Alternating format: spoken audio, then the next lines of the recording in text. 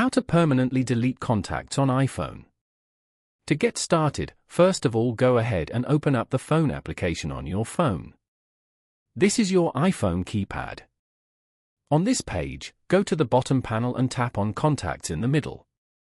You can find all your contacts over here. Tap on the contact you want to delete.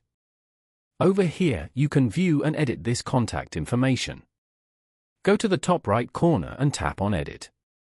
Scroll down to the end and tap on Delete Contact.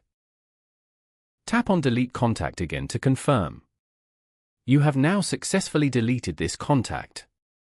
This way, you get full control over who stays in your contacts and who doesn't. Following these steps, you can permanently delete contacts on iPhone. Thank you for watching. Please leave a like if this tutorial helped you, or leave a comment below if you have any questions related to the video.